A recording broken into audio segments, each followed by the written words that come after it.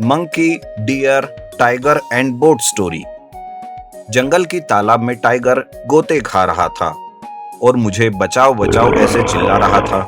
चलिए देखते हैं इस कहानी में। एक जंगल का एक बड़ा और गहरा तालाब होता है, जिस तालाब का पानी कभी नहीं सूखता था। इसलिए उस जंगल में सभी प्रकार के जानवर हंसी और खुशी से रहते थे। उसी तालाब के पास एक अमरूद का पेड़ था, जहां पर चिंटू नाम का बंदर रहता था।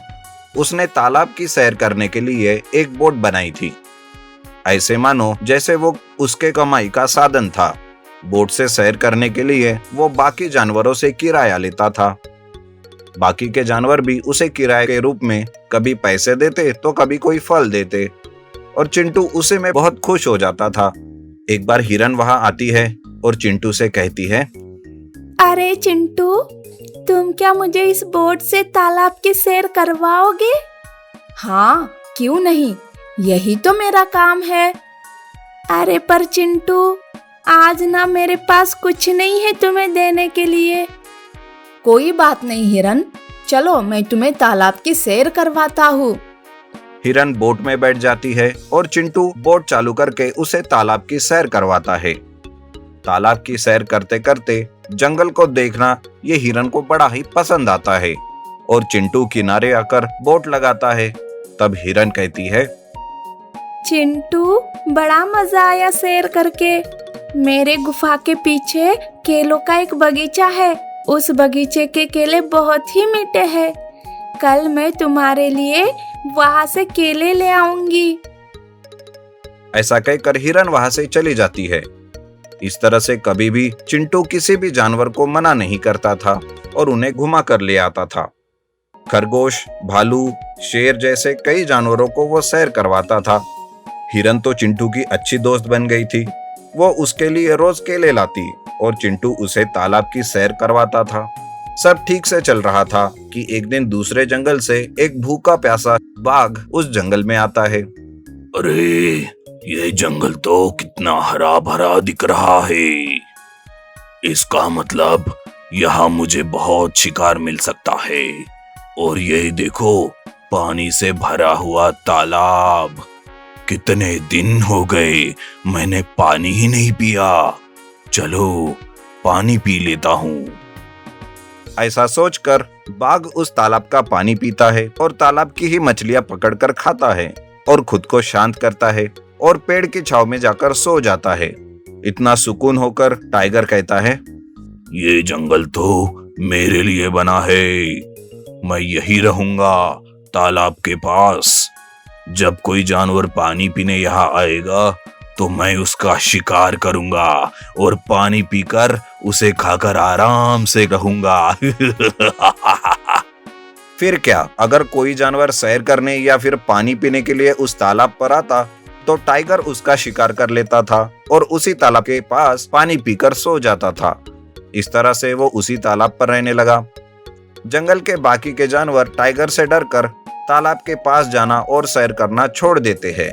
चिंटू ये सब पेड़ से ही देखता रहता है। फिर एक दिन हिम्मत करके चिंटू टाइगर से कहता है, अरे टाइगर, अपने आप को क्या समझता है रे तू? दूसरे जंगल से आया और यहाँ पर दादागिरी दिखा रहा है। बेचारे जानवरों को मारकर आतंक फैला दिया है तुमने तो। अगर तुमने भी ज्यादा किया तो मैं तुम्हें भी मार के खा जाऊंगा। चुपचाप इस पेड़ पर रहो, नहीं तो भाग जाओ यहाँ से। ये तेरी बोट है ना, अब देख मैं क्या करता हूँ। ऐसा कहकर टाइगर चिंटू के बोट को तोड़ देता है। चिंटू बहुत दुखी होकर अपने दोस्त हिरन को मिलने जाता है और कहता है, अरे हिरन, जंगल में उस टाइगर का बड़ा खौफ चल रहा है। आज मैं उससे बात करने गया तो उसने मेरी बोट ही तोड़ दी। क्या करूं, कैसे उस टाइगर को यहाँ से भगाऊं? कुछ समझ नहीं आ रहा है। हाँ, सच कहा तुमने, उस टाइगर को भगाना बहुत जरूरी है। पर बात करके या फिर लड़ाई से नहीं, बल्कि अपनी बुद्धि से। तुम अच्छी अच्छी बातें करके उसकी दोस्ती हासिल करो और मौका देखकर उसे तालाब की सैर करवाओ और डुबा दो पानी में। अरे हाँ, ये अच्छा आइडिया है। मैं अपनी बोट को अभी जाकर ठीक करवाता हूँ।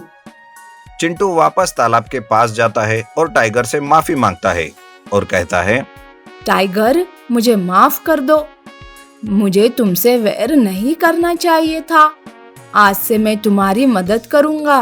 तालाब के पास से गुजरने वाले जानवरों की खबर मैं तुम्हें देता जाऊंगा।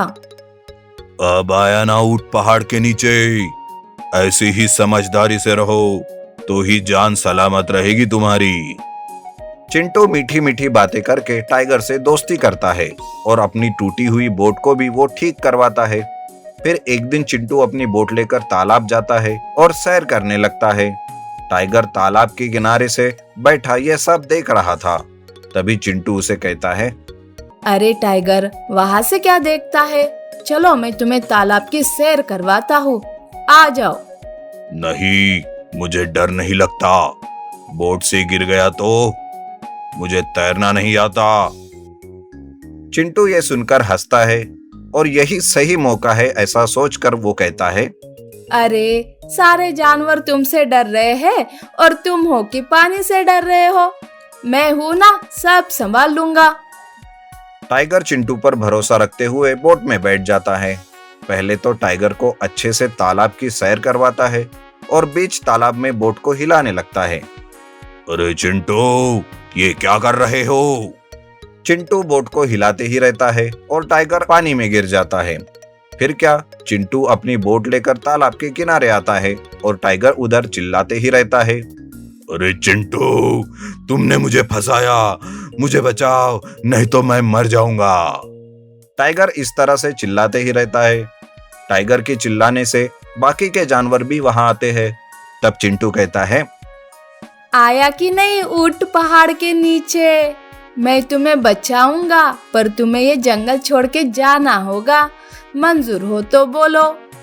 जान बची तो कुछ कर पाऊंगा। अभी चिंटू की बात मान लेता हूँ। टाइगर चिंटू की बात मानता है और चिंटू भी उस टाइगर को बचा लेता है। सारे जंगल के जानवर मिलकर उस टाइगर को जंगल के बाहर छोड़कर आते हैं और फिर बोट से तालाब की सैर चालू हो जाती है और सारे जानवर हंसी खुशी से रहने लगते हैं। बंदर और मगरमच्छ। किसी नदी के तट पर एक वन था। उस वन में एक बंदर निवास करता था, जो वन के फल आदि खाकर अपना निर्वाह करता था। नदी में एक टापू भी था और टापू और तट के बीच में एक बड़ी सी चट्टान भी थी। जब भी बंदर को टापू के फल खाने की इच्छा होती, वो उस चट्टान के सहारे उस टापू पर पहुंच जाता और जी भरकर अपने मन चाहे फलों को आराम से खाता। उसी नदी में घड़ियाल की एक जोड़ी भी रहती थी। जब भी मादा घड़ियाल उस बंदर को देखती, उसके मन में उस बंदर के दिल को खाने की लालच होती। एक दिन उसने अपने पति घड़ियाल से कह ही दिया, प्रिय, अगर तुम मुझसे प्यार करते हो तो मुझे उस बंदर का हृदय खिला दो। नर घड़ियाल ने उसकी बात मान ली। दूसरे दिन बंदर जैसे ही टापू पर पहुंचा, नर घड़ियाल टापू के तट पर बीच में चट्टान के निचले हिस्से पर चिपक गया, जिससे बंदर को ये लगे कि ये चट्टान ही है। बंदर बहुत बुद्धिमान प्राणी था। शाम के समय जब वो लौटने लगा और तट और टापू के बीच के चट्टान को देखा, तो उसे चट्टान की आकृति कुछ अलग अलग सी दिखाई पड़ी। उसने तुरंत समझ लिया कि जरूर कुछ गड़बड़ है। लगता है यहाँ कोई छुपा है। मुझे सावधानी और बुद्धिमानी से काम लेना पड़ेगा। क्या करूं? हाँ, ये तरकीब आई। बंदर ने पता लगाने के लिए चट्टान को नमस्कार करते हुए कहा, हे चट्टान मित्र, आज तुम शांत कैसे हो? मेरा अभिवादन भी स्वीकार नहीं कर रहे हो।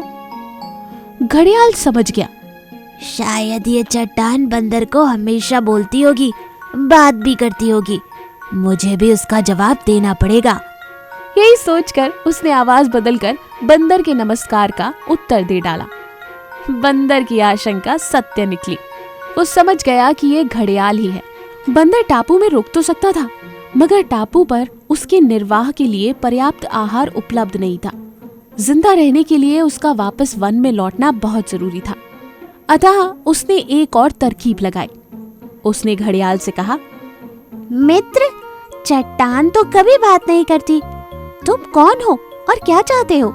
तभी घड़ियाल उस बंदर के सामने प्रकट हो गया और बोला, ओ बंदर, मैं एक घड़ियाल हूँ और तुम्हारा हृदय अपनी पत्नी को खिलाना चाहता हूँ। वो मेरे से जिद कर बैठी है।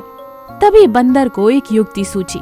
उसने कहा, हे घड़ियाल, बस इतनी सी बात। एक काम करो, अपना मुंह खोलो, मैं तुरंत ही खुद को तुम्हारे मुंह में अर्पित कर देता हूँ। बंदर ने ऐसा इसलिए कहा था क्योंकि वो जानता था कि जब घड़ियाल मुंह खोलेगा उसकी आंखें बंद हो जाएंगी। फिर क्या था, जैसे ही घड़ियाल ने अपना मुंह खोला, बंदर ने तेजी से एक छलांग लगाकर उसके सिर पर मारा और दूसरी छलांग नदी के तट पर। बस, और नदी पार हो गई। देखा, इस प्रकार सूझबूझ से और बुद्धिमानी से बंदर ने अपनी जान बचाई। ऐसी और अमेजिंग कहानियों के लिए हमारे चैनल को लाइक और सब्सक्राइब करना ना भूलें। Thank you.